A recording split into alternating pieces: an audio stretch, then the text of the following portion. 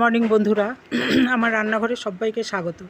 আমি এই বাড়ির লাউ শাক দিয়েই আজকে একটু লাউ শাকের চচ্চড়ি বানালাম। লাউ শাকগুলো ভালো করে কেটে, একদম কচি ছিল লাউ শাকগুলো, তারপরে আলু, বেগুন, বড়ি, শিম সব কিছু দিয়ে একটু চচ্চড়ি করলাম।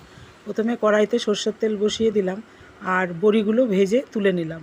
তারপরে সেই তেলেই একটু কালো জিরে ফোড়ন দিলাম, দিয়ে আলু, বেগুন, শিম, কাঁচা লঙ্কা সব কিছু দিয়ে একটু নেড়ে চেড়ে নিয়ে একটু লবণ দিয়ে তার উপরে লাউ শাকগুলো দিয়ে দিলাম। দিয়ে আরেকটু নেড়ে চেড়ে নিয়ে একটু হলুদ দিলাম, হলুদ দিয়ে ঢেকে দিলাম।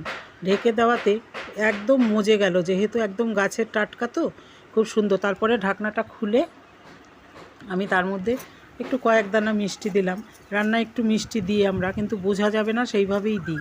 তারপরে নেড়ে চেড়ে ভাজা বড়িগুলো গুঁড়ো করে রেখেছিলাম ওপর থেকে ছড়িয়ে দিলাম। নেড়ে চেড়ে সুন্দর নামিয়ে নিলাম। হয়ে গেল আমার লাউ শাকের চচ্চড়ি। ভিডিওটা ভালো লাগলে লাইক, কমেন্ট, শেয়ার করবেন। ধন্যবাদ। আর একদম কচি যেহেতু গাছের, দারুণ মজে গেছে। ভালো লাগলে অবশ্যই লাইক করবেন। ধন্যবাদ।